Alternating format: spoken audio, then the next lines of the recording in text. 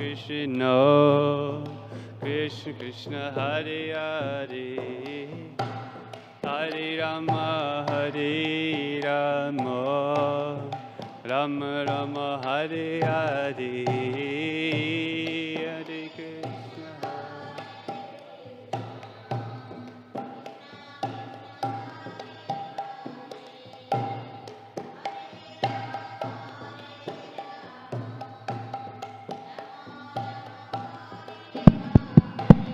Hare Krishna, Hare Krishna, Krishna Krishna, Hare Hare, Hare Rama, Hare Rama, Rama Rama, Hare Hare, Hare Krishna.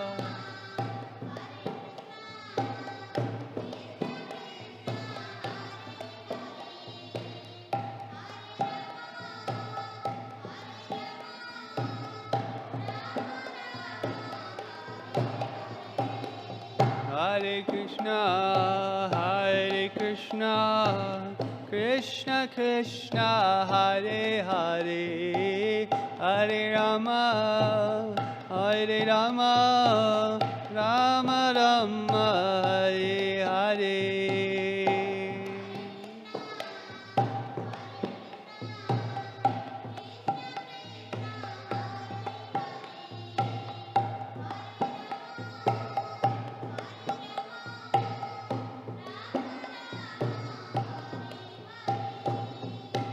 Hare Krishna, Hare Krishna, Krishna Krishna, Hare Hare, Hare Rama, Hare Rama, Rama Rama, Hare Hare.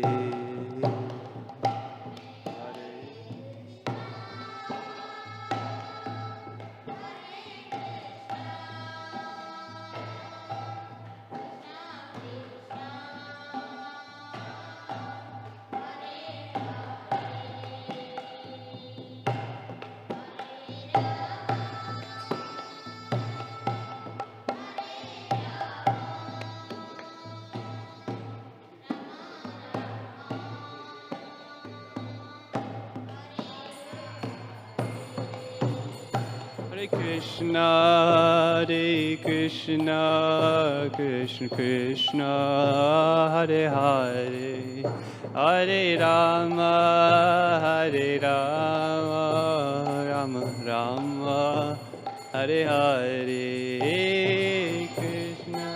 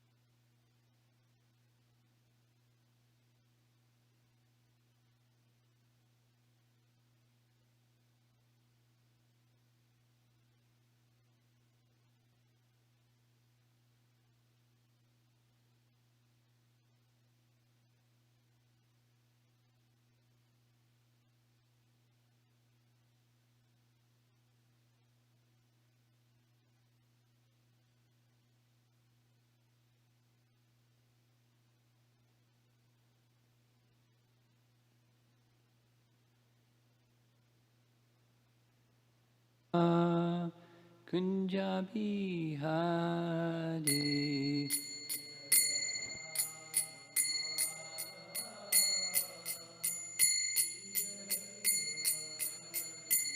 Jaya Radha Madhava Kunja Vihari.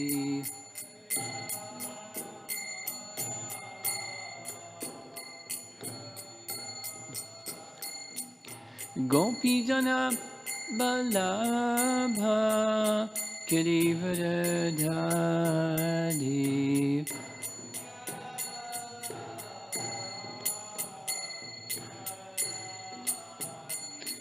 Gopijana Vallabha Girivardhari.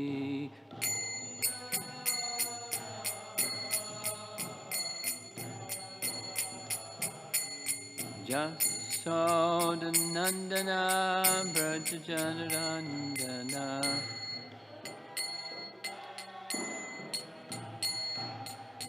Jasodanandana Brajajanarandana.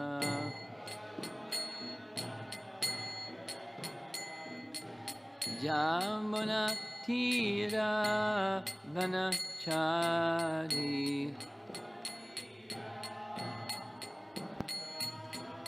Jamuna Tira Vanachari.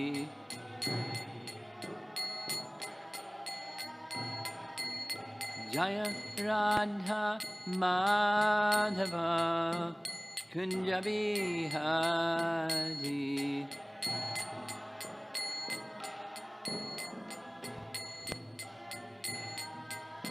Jaya Radha Madhava Kunja Vihari.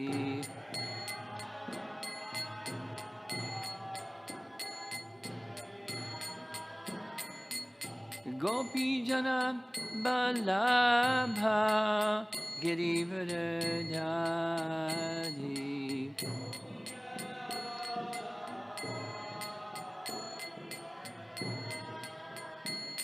Gopijana Vallabha Girivardhari.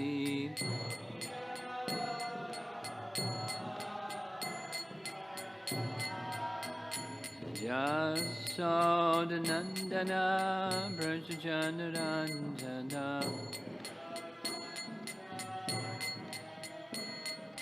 Jasodanandana Brajajanarandana.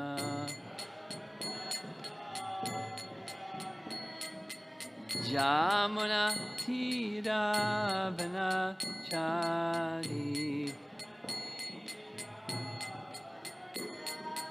Jamuna Tira Vanachari.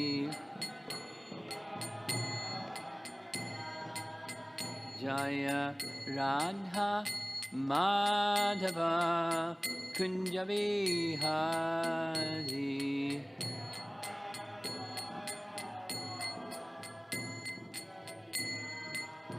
Jaya Radha Madhava Kunja Vihari.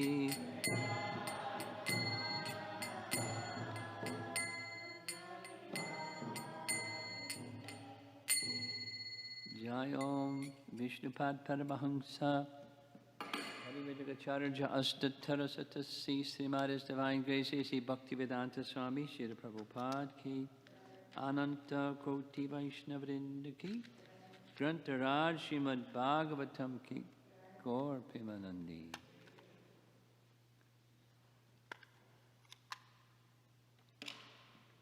Om Namo Bhagavate Vasudevaya. Om Namo Bhagavate Vasudevaya. Om Namo Bhagavate Vasudevaya. Looks like we're going to chant a verse, huh? Huh? Yeah, that's what it says. I'm used to just reading. Okay, we'll chant the verse. Krishna. Oh.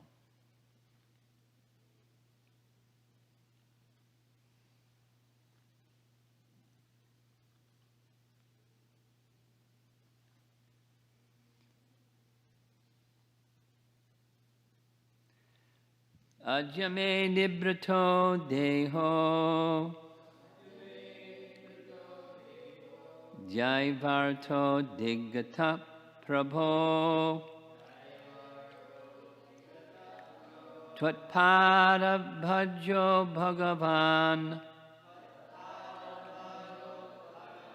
avāpuḥ pāram adhvanaḥ śrī-varuṇa uvāca adya me nibhṛto deho dyaivārtho dhigataḥ prabho tvat-pāda-bhājo bhagavann avāpuḥ pāram adhvanaḥ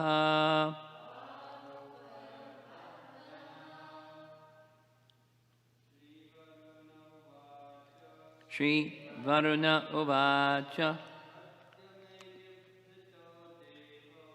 adya me nibhṛto deho dyaivārtho dhigataḥ prabho tvat-pāda-bhājo bhagavann avāpuḥ pāram adhvanaḥ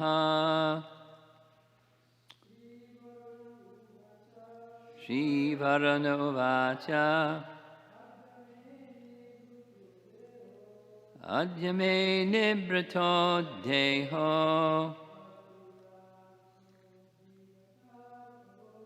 dyaivārtho dhigataḥ prabho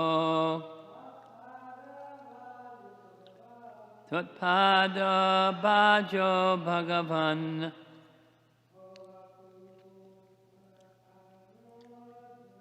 avāpuḥ pāram adhvanaḥ śrī-varuṇa uvāca adya me nibhṛto deho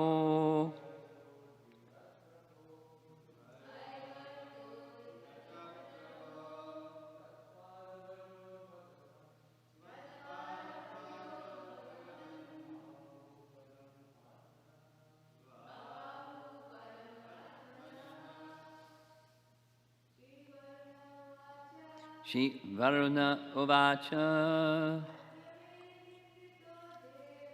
adya me nibhṛto deho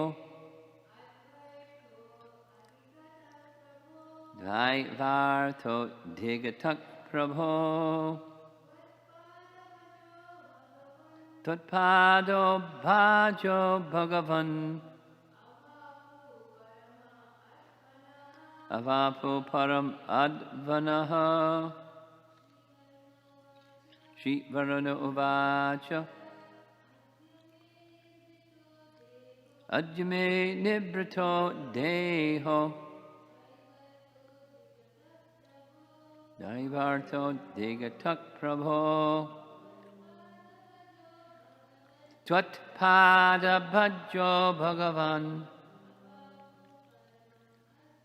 avāpuḥ pāram adhvanaḥ śrī-varuṇa uvāca. Śrī-varuṇa said,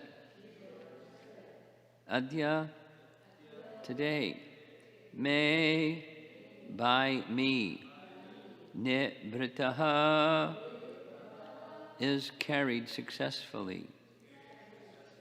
Deha in my material body. Adya today. Eva indeed. Artaha the goal of life. Adhigataḥ is experienced. Prabho, O Lord, tvat, your pada, the lotus feet, bhājo,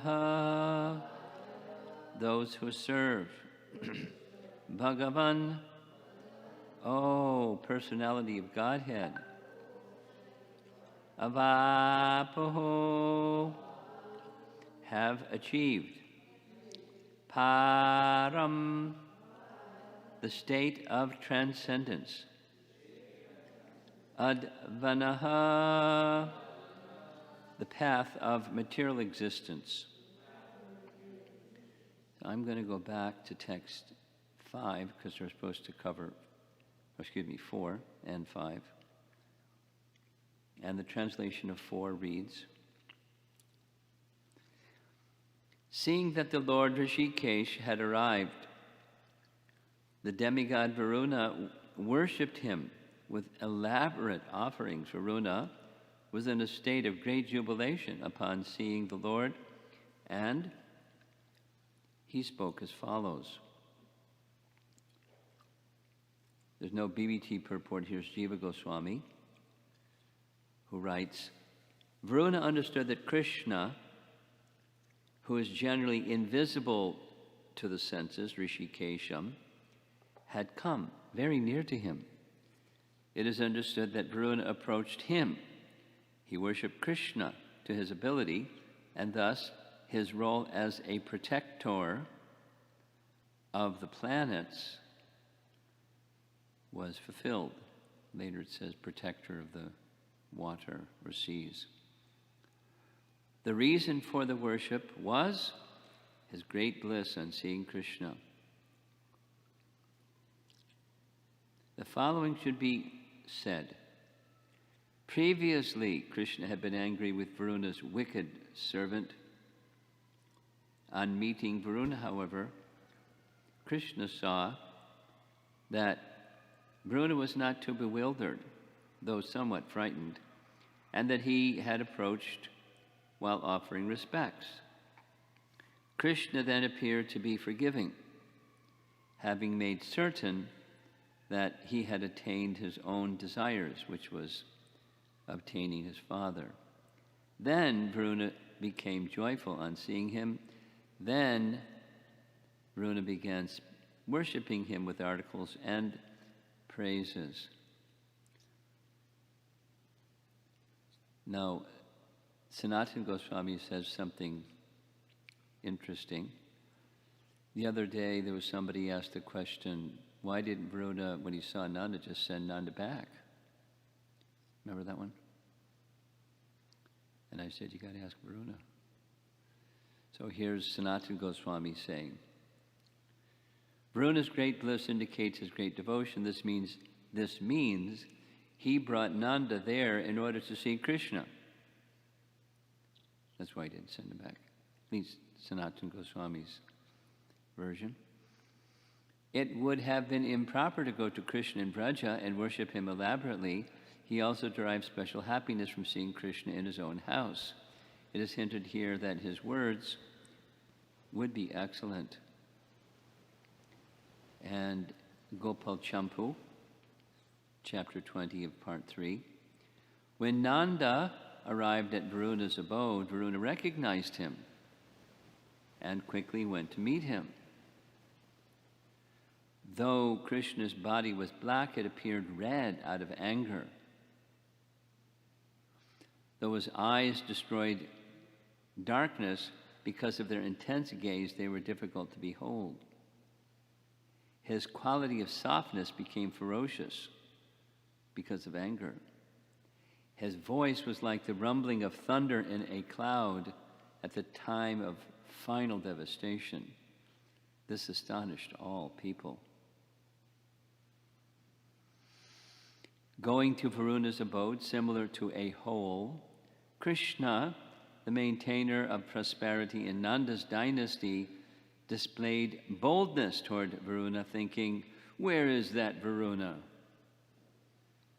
When Krishna had increased his powers with a desire to attack him, Varuna, with his cloth covering his throat, touched his forehead to the ground, to the earth. In great fear, the protector of the water, different than protector of the planets, protector of the water, stood at some distance with folded hands and offered respects on the ground. Seeing Varuna's pride crushed, his followers also offered respects on the ground. Lotus-eyed Krishna, dear to all, then desired to show mercy to Varuna and inquired from him, "Where is my worshipable father, the performer of the highest dharma?" Regaining his composure, Varuna spoke sweetly. "O highest Lord, a person who resides where you stay and resides nowhere else attains the highest powers and becomes the foremost. I am one among your many servants. How can I follow your order?" That doesn't answer the question. Where's my worshipable father? But he's pacifying his anger. So having given up his anger, Krishna spoke with a peaceful heart. Punishing these insignificant fellows will simply destroy the prowess of the punisher. Quickly, show me the lotus feet of my father. Varuna, "O destroyer of suffering for fallen souls, I will do as you say." And then the translation for this morning's verse. Śrī-varuṇa said, "Now my body has fulfilled its function. Indeed, now the goal of my life is achieved, O Lord. Those who accept your lotus feet, O personality of Godhead, can transcend the path of material existence." And the BBT purport. Varuna ecstatically exclaims here that since he has now seen the infinitely gorgeous body of Lord Krishna, the trouble of assuming a material body has now been supremely justified. Indeed, the artha, or the goal, or real value of Varuna's life, has now been achieved. Because Lord Krishna's form is transcendental, those who accept his lotus feet go beyond the boundary of material existence, and thus only the spiritually unaware would presume that the Lord's lotus feet are material.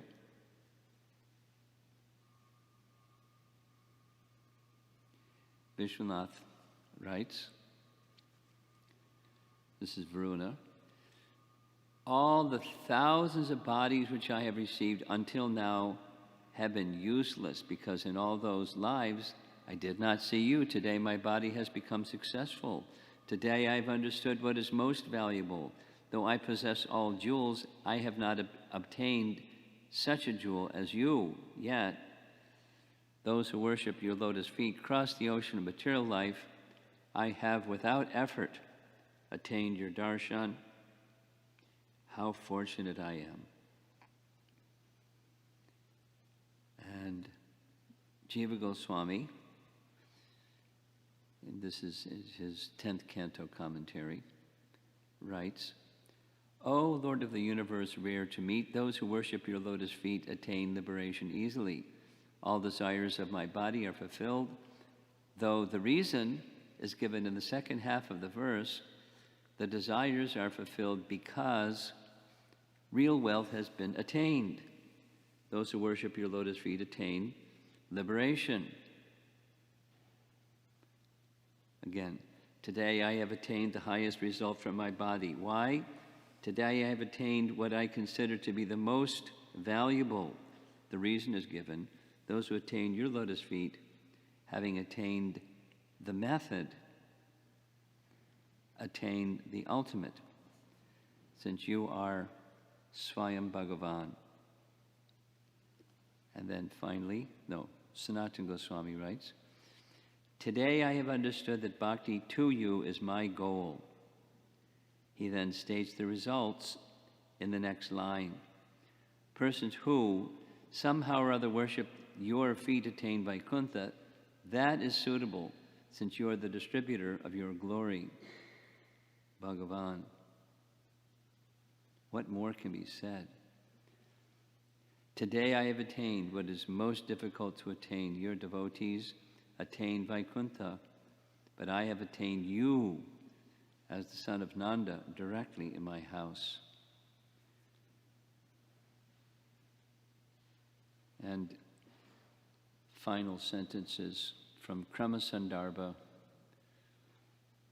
Varuna says, O Supreme Lord, those who accept your lotus feet easily attain liberation from samsara.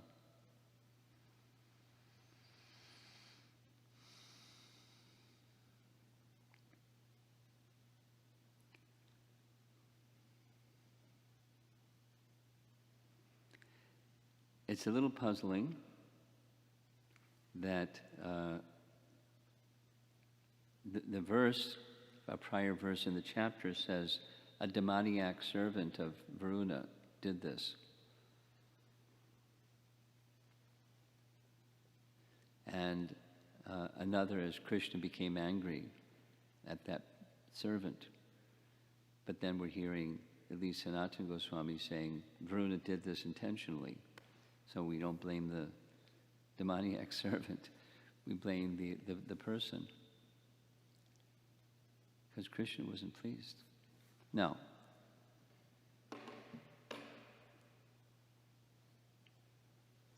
he's exhibiting natural affection for his dear father, Nanda Maharaj.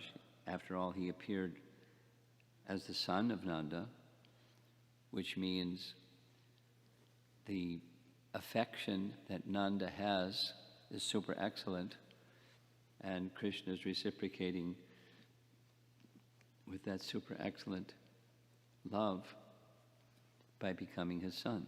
And we heard so much about that in the Brahma Vimohan Leela and the elders, and their natural affection for Krishna as their son, although he was Nanda's son. The village life is different than city life, and they had affection for Krishna that it was very clear.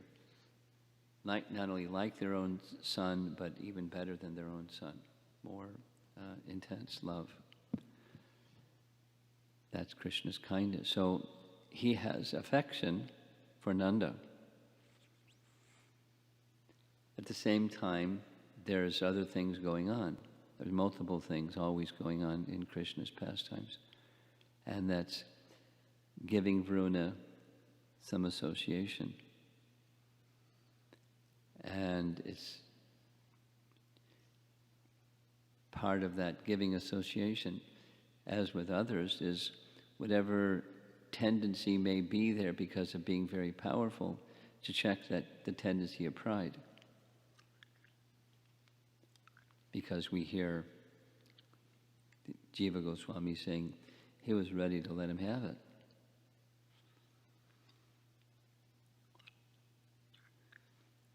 You know, how could you kidnap Nanda Maharaj? And it's not like kidnapping the cowherd boys is okay and kidnapping Nanda Maharaj is not okay. None of it's okay. It's just a different response. Krishna is allowed to have different responses, and different response according to the person and situation.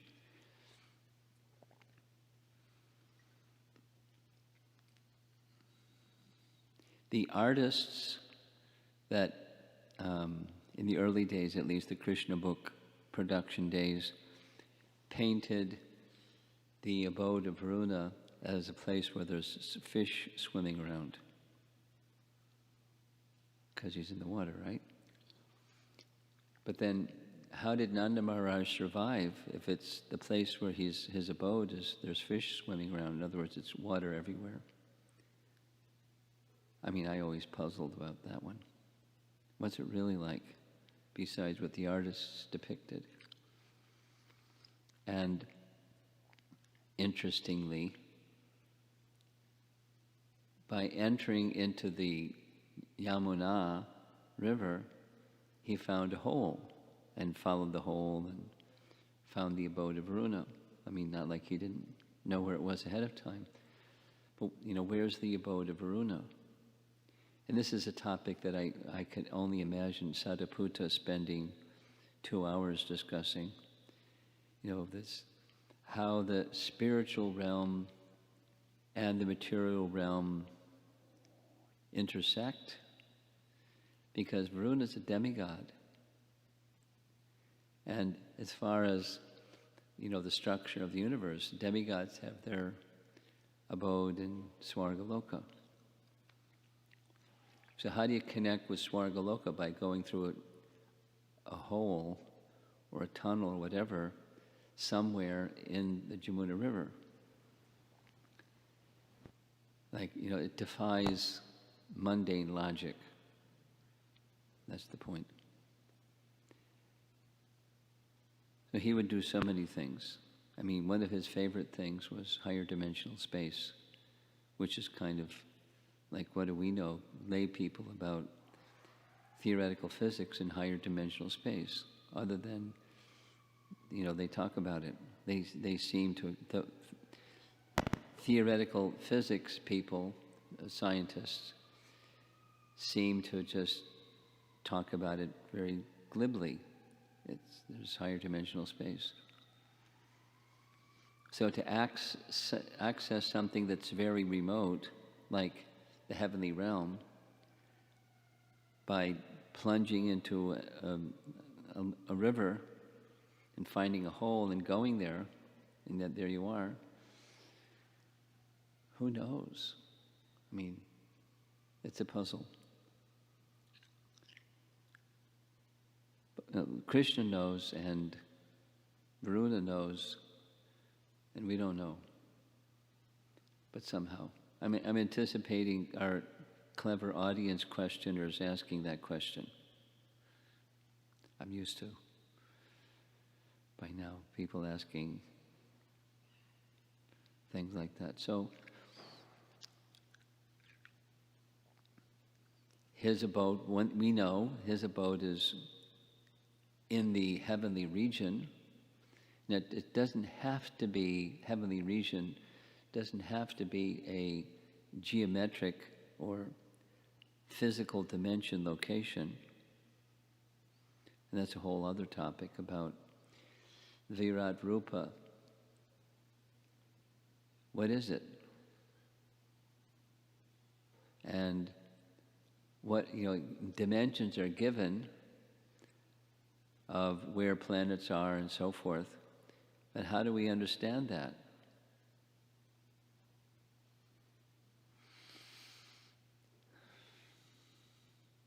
There's different devotees that are absorbed in Vedic cosmology, because Vedic cosmology is the same as the Virat Rupa, or Virat Rupa is the same as Vedic cosmology. So they have lots of interesting explanations about all of that.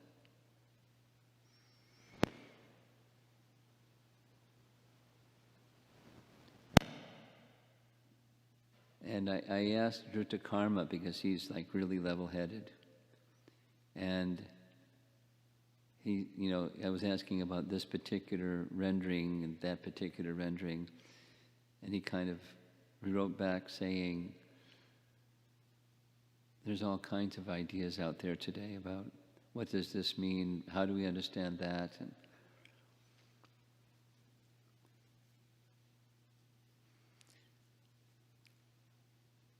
without clear reference to our acharyas, how do we understand something that's very high like this? And there's, at least so far, I haven't come across anything that anybody has written that's verbatim how some acharya says, except for Sariputta. And Sariputta, in his Vedic cosmology and cosmography, refer to a particular acharya. That's not one of ours, as far as I could understand. And, verse by verse by verse in the 5th canto, exploring what he says, and then Sariputta explaining his understanding of what he says. Anyway, it's a complicated subject matter. So it's just keep it simple. Krishna plunged in the Jamuna River, he found a hole, followed the hole, found Varuna, and there was Varuna. Now, important in this discussion is Nanda is there. And Nanda is seeing, Varuna is a worshipable demigod.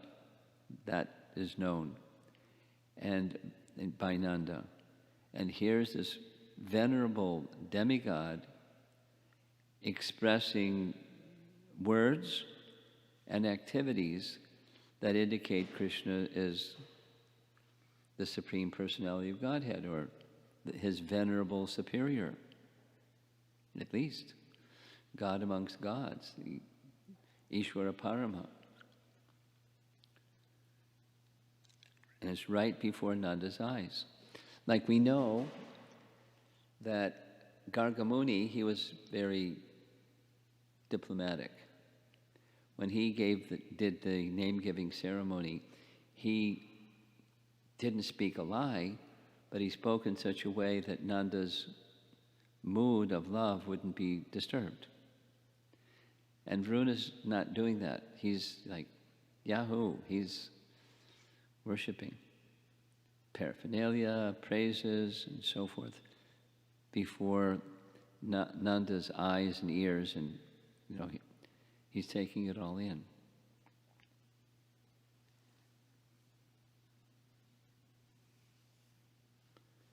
Which leads to what's very important in later on in this chapter, or towards the end of the chapter.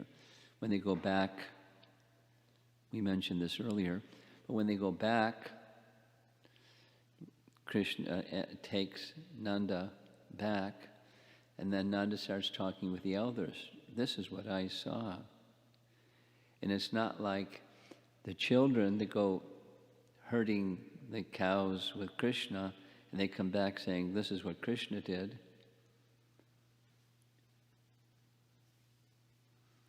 It's like when the children describe Krishna's pulling over the twin Arjuna trees and explaining it to the adults, because they're speculating, well, how did this happen? And the kids say, we were right here, we saw what happened, and Krishna pulled down these 2 Arjuna trees with a mortar, and 2 celestial beings came out of the trees, and with folded hands they started offering prayers, and the parents were thinking, right. It's just children's talk, children. Very nice, very nice. They couldn't accept it. Something like what we heard the other day, the doctor in South Africa that heard the little girl say what happened, he turned to the father and said, she's hallucinating. She's having, because this happens when people have trauma, they start to see things and say things that are just like mad. So, don't worry about it. She's okay. It's just standard mad behavior from trauma.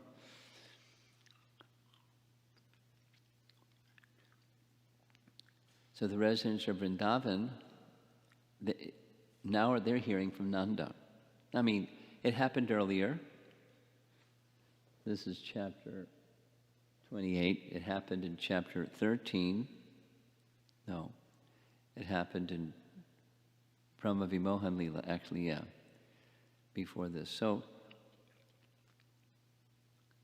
no, the Govardhan Lila, excuse me. They saw that what happened in the Govardhan Lila, they saw Krishna doing something miraculous. So,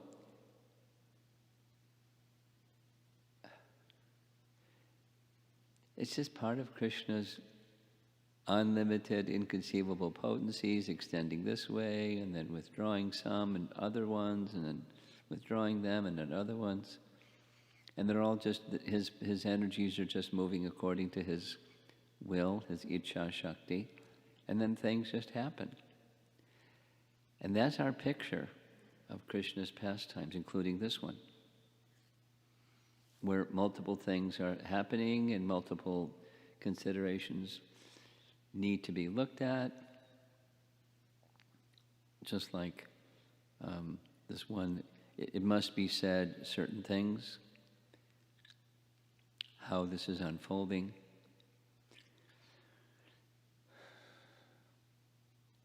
Or like we heard yesterday from Brihat Bhagavatamrita, Sridhar Swami saying that what Lord Nrsimhadev was accomplishing was multiple things at one time.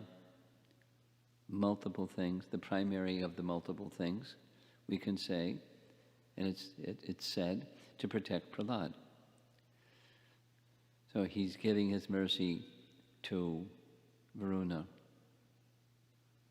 and through the medium of a pastime which has different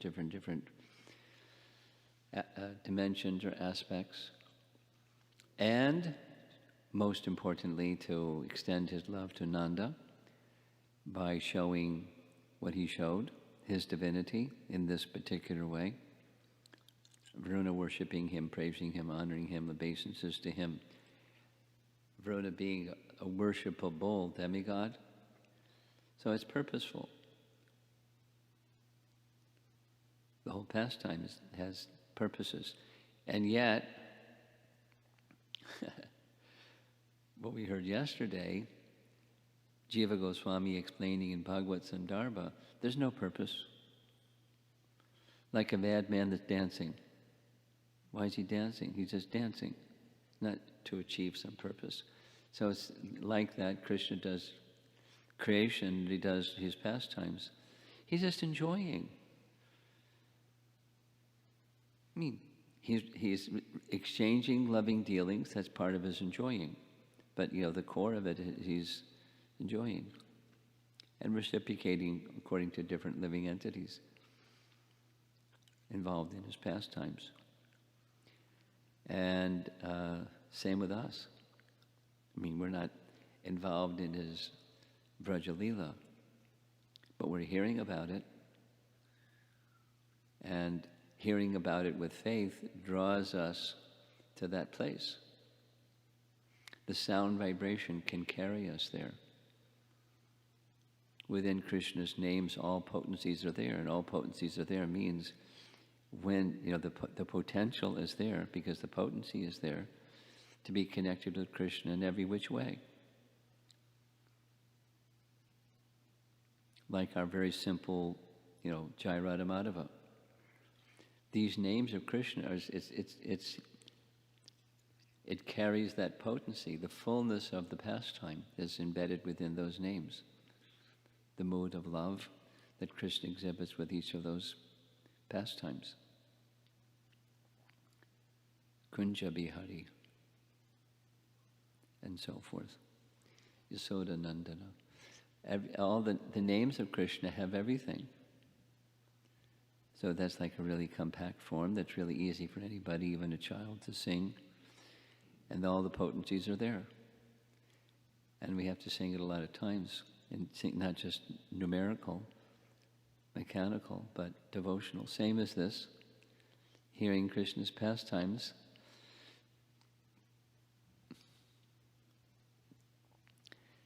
I think I mentioned this, but I was told that Rabindra Swarup Prabhu, during this coronavirus thing, there's a group of devotees that live where he lives.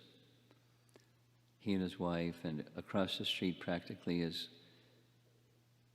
Satsrup Maharaj and his group of devotees, and then there's some other group of devotees. Raghunath lives not far away with his farm, and so they get together every evening and they just read Krishna book, because everything is there. And the potency is to carry one to Krishna's pastimes. Just by hearing them, the potency is there, and then remembering them and so forth.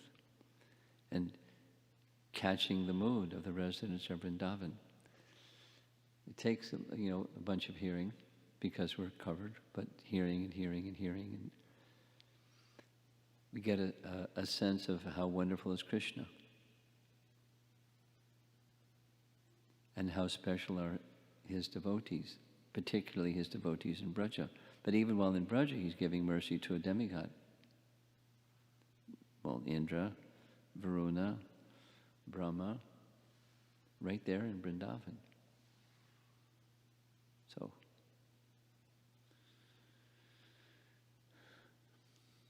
to be continued. See if there's any discussion.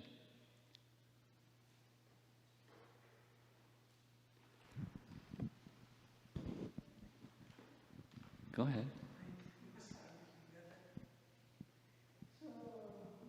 The people online need to hear. It's not just me. Maharaj, I have two questions. You do? One is, number one, the most troublesome is like how to check pride. How to do what? To check proudness. How to do what? How to get free from pride. Or false ego. Pride, false ego. How to overcome it? That's the question? How to check it. Check it? Yeah.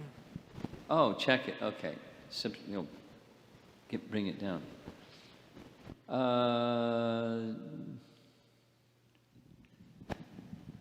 Why are you asking that question?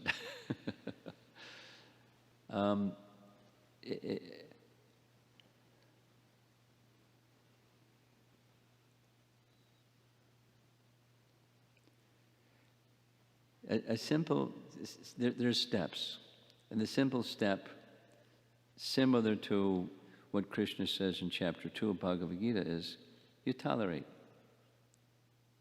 You don't act on, you don't invest consciousness in. You recognize, here comes pride and false ego, my, constant companion. So, how do I check it? Well, you don't act on it. That's a starting point. Knowledge and detachment. That's not me.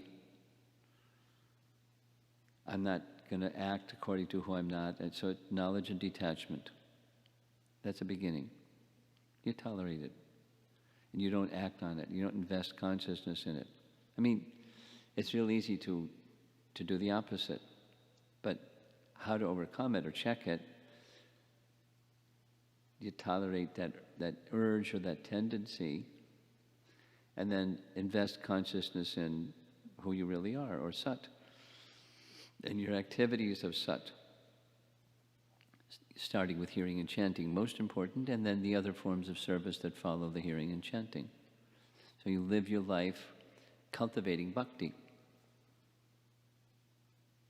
because the soul eternally is Krishna's servant. So you do that. And you check the other. So you grow the positive and you check the negative. And as there's purification, as that becomes a little accomplished, there's purification. So there's now more attention to sat, or more attention to my serving, not under the influence of. And ultimately, bhakti can dissolve false ego.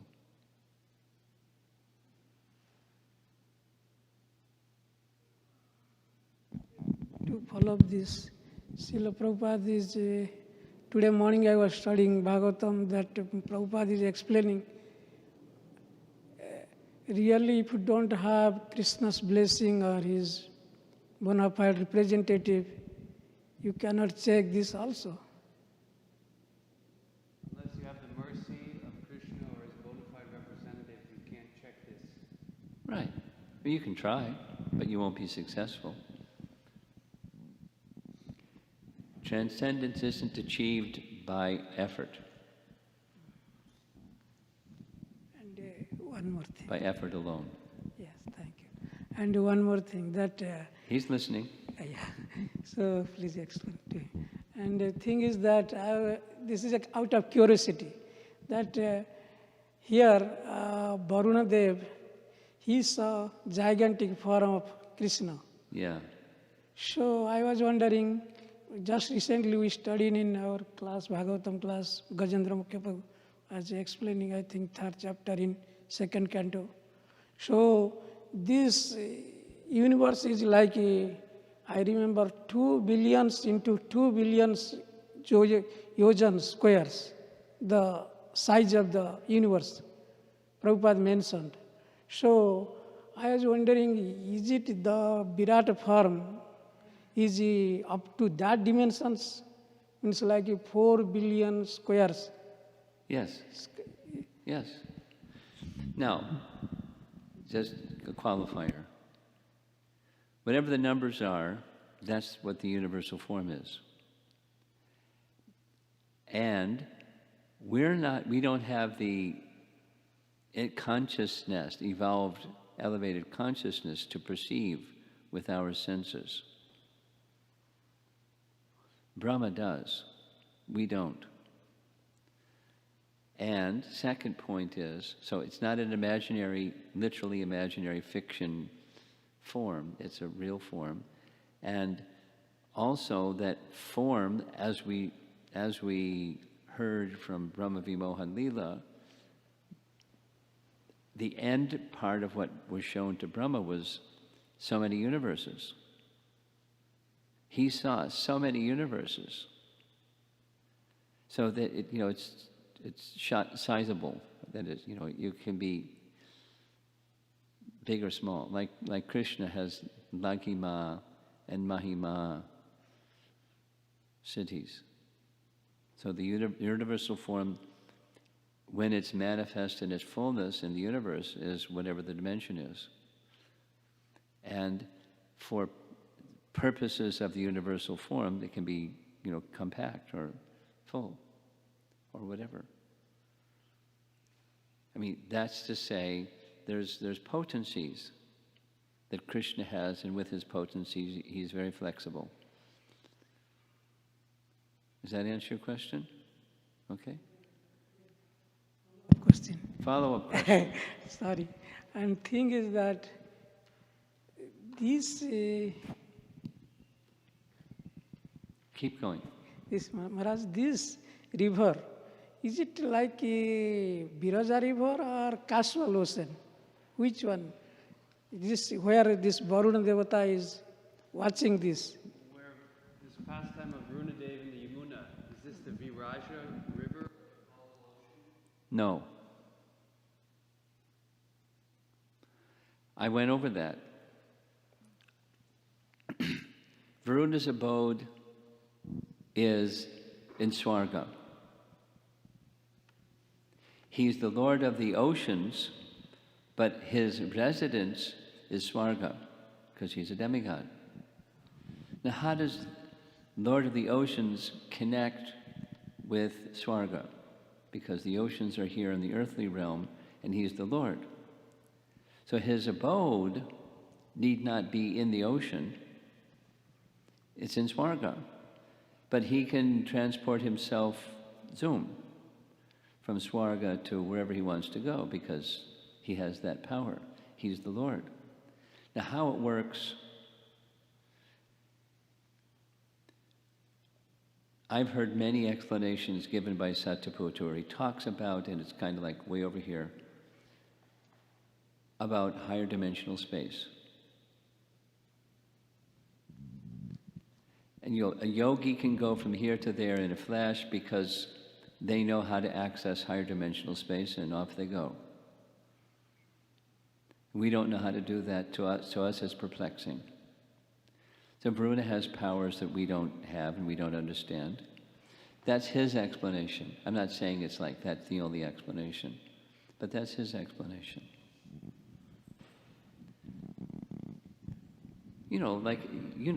A yogi takes a dip in the river over here and comes up in a river way over there. And flash. So how's that? How can a yogi do that? It defies, laws of physics. But they can do it. So how do they do it? They do it. Or Prapti Siddhi. How do they do it? Sariputa's answer is higher dimensional space. So just taking that model, not saying that there isn't any other way to explain it, but just taking that model, that's the model. Vṛuna's abode in Swarga, and he entered into the Jamuna. It's not the causal ocean, it's the Jamuna. And there's a hole. What's that hole? Hole that took him to Swarga, or Vṛuna's abode. It's not necessarily at the bottom of the Jamuna River, in a hole. There's no detail given. It takes, how do we understand this? And then it takes our, either our acharyas or our scholarly devotees that when they, I don't know if you've listened to Sariputa's lectures, but he doesn't just like capriciously say higher dimensional space. He goes into it in depth, and again, and again, and again. So it's not like, for the third time, it's not like there can't be any other explanation than his, but that's his explanation. So somehow, the abode of Vṛuna is in Swarga. Now, it doesn't mean that somebody's in Swarga and they can't have another residence. That's another topic.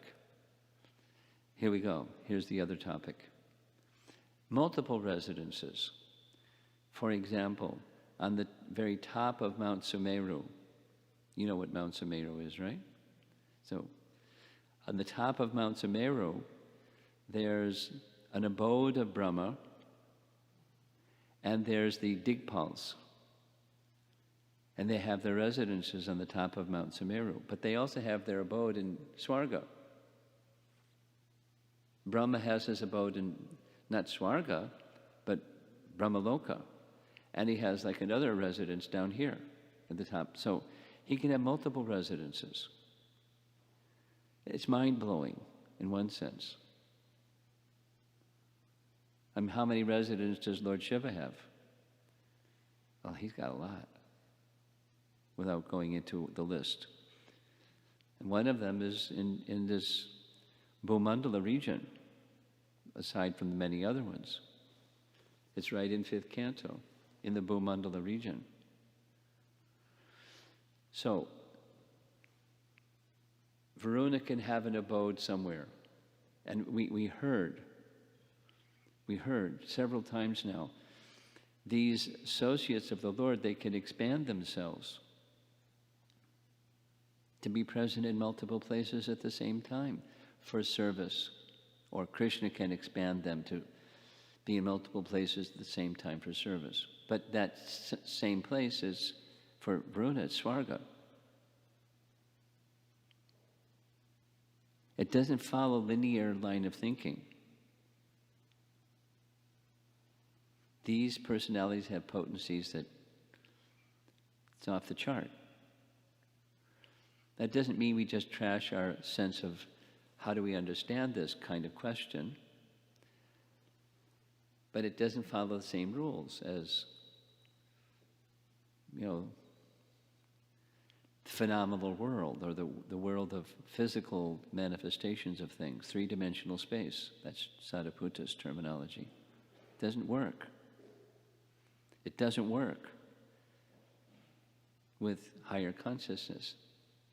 It's like, just take the Virat Rupa itself. Who's seen a mountain that's tall like that, that's upside down? Or who's seen trees that are the height of those trees?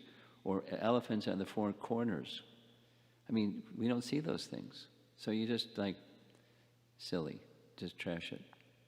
But if you don't trash it because it sounds silly, how do you explain it? It's challenging.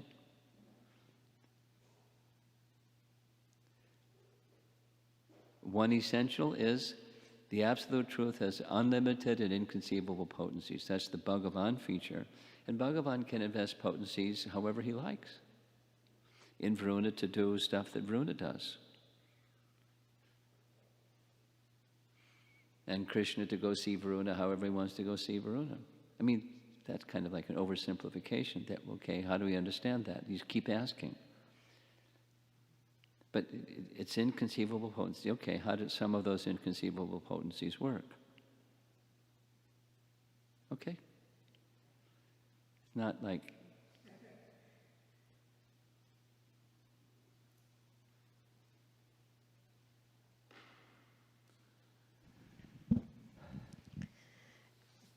Maharaj, I have a question from yesterday evening. From yesterday evening? Yeah. Okay. So, like you were, in the class, you were also mentioning about the appearance of Kapiladeva. About the which? Appearance of Kapiladeva. Yes, appearance of There was Shiva. reference to that.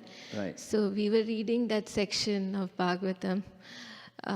So there is this mention of two terms, the kala and the amsa. So Prabhupada explains that amsa is the expansion of the Supreme Lord. Yes. And then the kala is the expansion of the expansion. Yes. So there was this discussion where we were trying to understand, like, which category does Kapiladeva fall, and like Narsingadev. You want the answer to that question? I would have to go look it up in Laghu Bhagavatamrita, and if you have access, you can look it up in Laghu Bhagavatamrita. Acharya Nishta seems to have a copy of Laghu Bhagavatamrita on his phone. He can look for you, and so the answer is there. I remember reading it, and it's it's unique kind of an answer. It's not cookie cutter kind of an answer. He's a unique form. Okay. I have a follow-up for the same topic.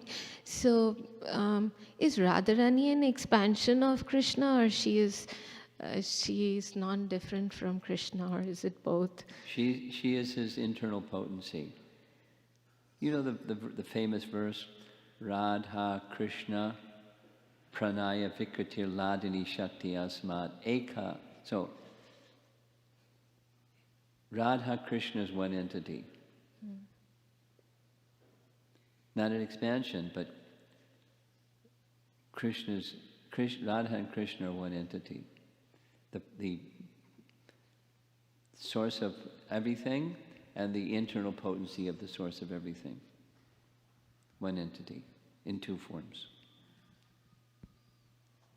So she's not an expansion of Krishna, she is his internal his pleasure potency. Okay? Thank you. That's it? Oh. Okay. Maybe Acharya Nishta, you can read them.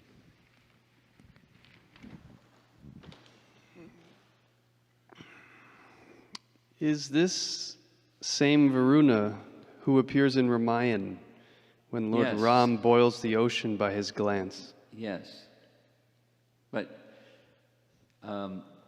different versions of the Ramayana speak of that Varuna as Samudra sometimes, but it means the same as far as I understand it. Samudra and Varuna are just names of the same person. And not only that, he's the same Varuna that received the bow of Vishnu. When Ram received the bow of Vishnu from Parashuram, it was gifted to Varuna. Same Varuna. It's not like multiple Varunas. It's one Varuna. Okay, Sucharita Devidasi, is it correct to say that all Krishna's pastimes happen for multiple reasons, like the reasons for his appearance on earth? Yes. Yes, it's very reasonable to say that. Okay, someone asks, what are the steps shall I take to value and worship the lotus feet from the core of the heart? Vishalakshadas. Start with being humble.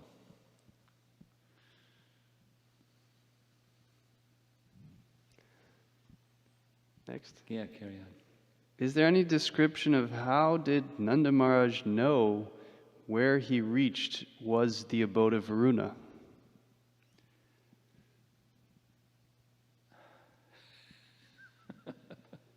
You have to ask Nanda Maharaj. Maybe Varuna introduced himself. Oh, welcome. This is my name is Varuna. I recognize you. You're Nanda. Maybe there's some introductions. I don't know. Okay, Shatrupa Devi Dasi.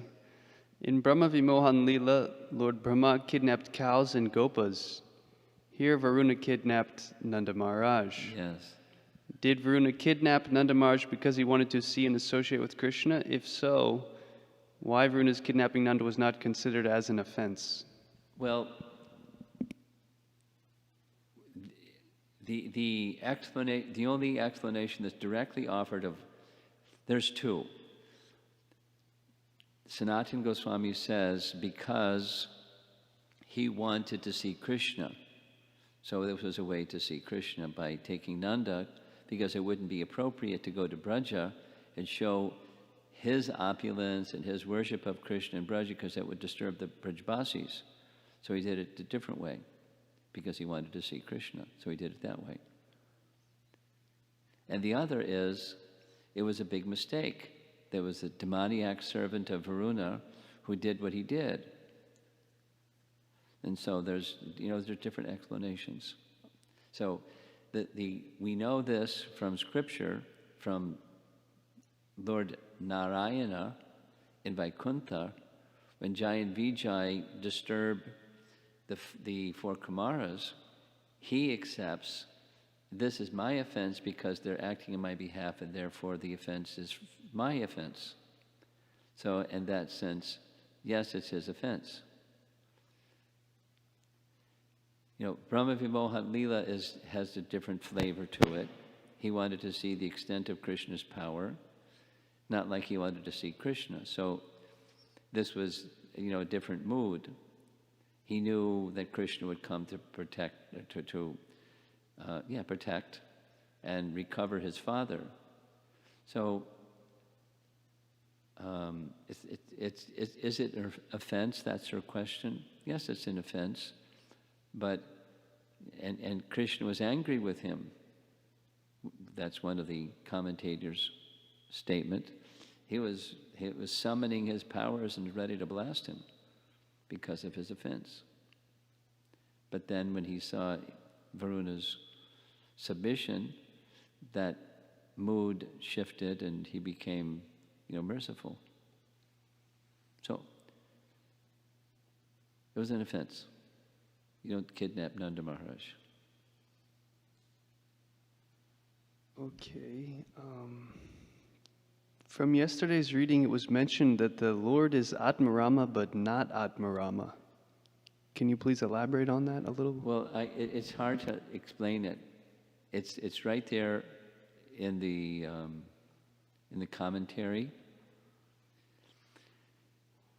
Atmarama, in the ordinary sense, is the comparison was given multiple times.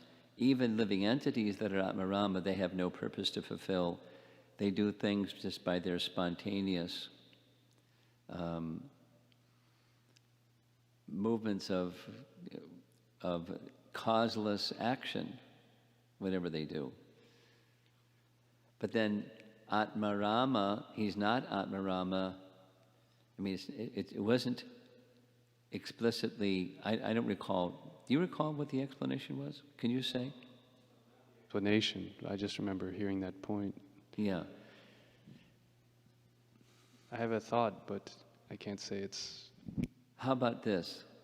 I will go back, copy and paste what was the commentary after Atmarama but not Atmarama, and I'll send it to Namaruchi, because I was sending something to him yesterday, and he was supposed to forward the pastimes of Mayapur, the Shringadev. I'll send it to him, and he can send it out, and so we'll know from, rather than our imperfect memories, how do we understand that? Hare Krishna Maharaj, I asked the question of why Varunadev didn't return Nanda Maharaj to Vrindavan by himself, because in my childhood we were told to return the things not belonging to us to their owners at their house, then waiting for the owners to come back and become more angry. That's from Udyananda Das. Udayana. Yeah. This is a Leela. And who knows? I mean, according to what Sanatana Goswami writes, it was purposeful. He didn't return him because he wanted Krishna to come so he could see him and worship him. That's why he didn't return Nanda. And, there may have been my representative did some bad thing, but Krishna showed up really quickly, so he didn't get a chance to return Nanda.